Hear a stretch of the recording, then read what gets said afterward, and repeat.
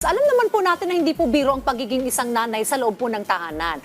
Wala ngang sweldo pero 24/7 po ang trabaho mula sa pag-aalaga ng bata, pagluluto, paglalaba, hanggang sa pag-aasikaso po sa buong pamilya. Well, totoo yan, Dayan. Kaya pag-usapan po natin itong House Bill 3141 o itong tinatawag na Nanay ng Tahanan Act na layuning kilalanin at suportahan ang mga ina na nasa ganitong sitwasyon. Makakasama po natin ngayong umaga si Representative Nathaniel Attorney Nat Oducado. Welcome back. Magandang umaga po dito sa Rise and Shine Pilipinas. Good morning, Sir Audrey and Ma'am Dayan, and good morning sa lahat ng nanonood sa Rise and Shine Pilipinas. Good morning po. Well, Attorney Nat, ano po ba ang nagtulak sa inyo para isulong po itong Nanay ng Tahanan Bill?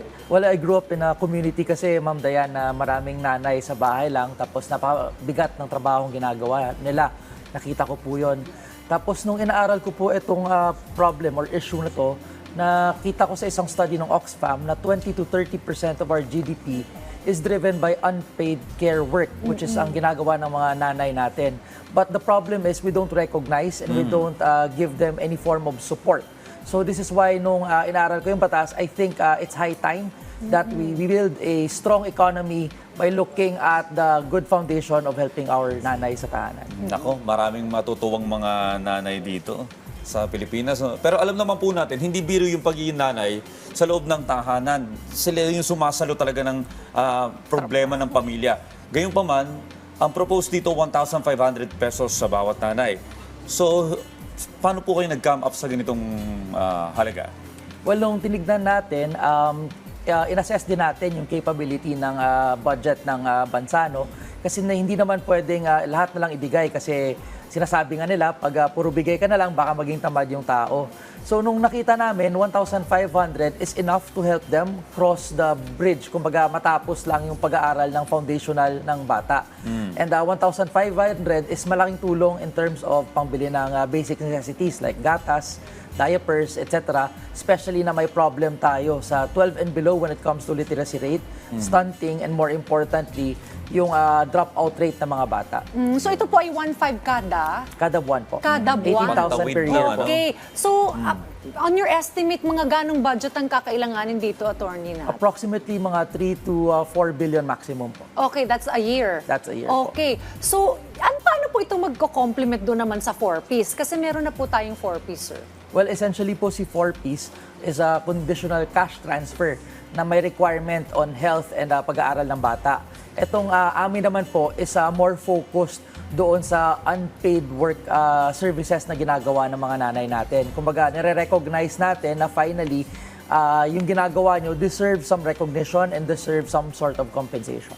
Well, sir, sino po ba yung mga nanay na makikinabang dito? Well, we're looking at the bottom ng poverty threshold. So we're looking at around 1 to 3% ng pinakamababa sa ating society ng mga stay-at-home na nanay. Okay. So kapag ka nandito na sila sa listahan ng mga nanay, mawawala na sila dun sa listahan ng 4-piece? Yes po, dapat po. Kasi ayaw naman natin magdoble-doble, especially na we don't want to waste government resources. Okay, if ever po maisabatas po itong panukalang ito, papaano po ninyo mapipili yung mga nanay na magbebenepisyo po dito? Well, we trust the DSWD, especially under the able leadership of Secretary Rex. No? Nakita ko na napakalaki ng improvement when it comes to delisting yung mga tapos na or nag-graduate na, but more importantly, yung community-based monitoring doon sa list para ma-ensure natin na totoong tao. And then, given yung mga advances natin, nakikita natin na pwede nang maging digital para walang pili-pili.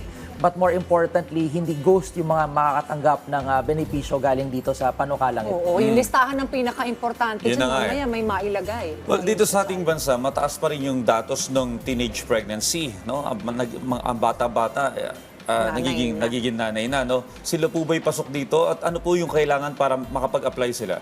Yes po, pasok po. To be determined yung additional requirements sa IRR, but essentially what we want is dapat may anak sila, dapat ensure nila papasok sa paaral yung anak nila. Number 2, yung anak nila dapat may good behavior kasi anin mo yung pumapasok pero yung ugali hindi naman inaayos.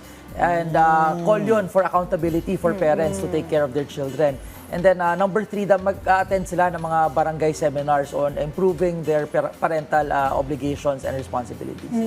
Actually, sa totoo naman, nagsasabi talaga ang pagiging nanay ang pinakamahirap na trabaho. Ang dami mong ginagawa sa bahay. Pero with this, they are being recognized for the work that they do. Well, lalo na yung mga single mother. Yes. Yun yung talagang nangangailangan ng suporta.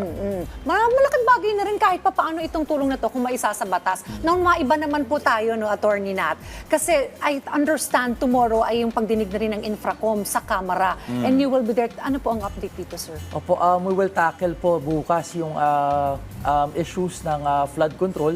So pinatawag po ang lahat ng contractors doon sa list ng ating mahal na Pangulo, and at the same time other resource persons. Tapos lahat po ng bills regarding flood control will also be tackled there.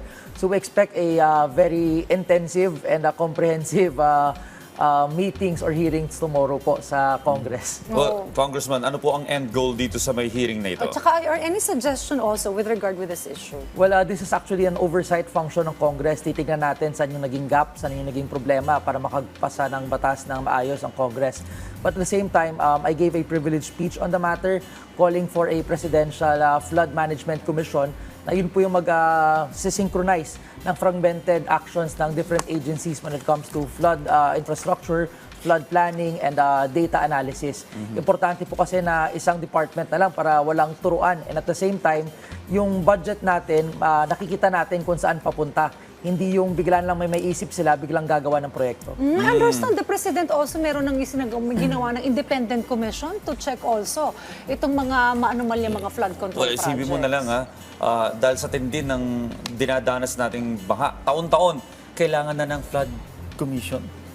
Isang sangay ng pamahalaan. Yes po. And I think po, ang pinaka-importante doon is yung transparency. That's why doon sa proposal ko po, may involvement ng non-government individuals. But more importantly, subject matter experts such as si Architect Paula Fox. Urban planner. And former Secretary Babe Singson. Kasi kailangan po natin ng tagabantay na talagang tututok na tama yung ginagawang proyekto. But more importantly, hindi part of the government to ensure na may independence sila. Well, how about yung planong pangmatagalan na solusyon? Kasi of course, nagpapalit tayo ng administrasyon every 6 years. Pangmatagalan po ba itong solusyon na ito? Yes po. Actually po, yan po yung gusto ko sanang mag-amalgamate or mag-combine ng plans from the RDC, from the local government, etc. Para meron tayong master plan tinitignan para lahat ng projects nakasunod doon sa master plan. Tapos dapat may review po yun. Kasi minsan nagbabago yung water course, nagbabago yung number of rainwater na bumabagsak. So kailangan ang changes should be fast. So yun po yung purpose ng commission na pinopropose natin. Okay, so abangan natin ang mga mangyayari doon sa pagdinig bukas ng Infracom dyan sa House of Representatives.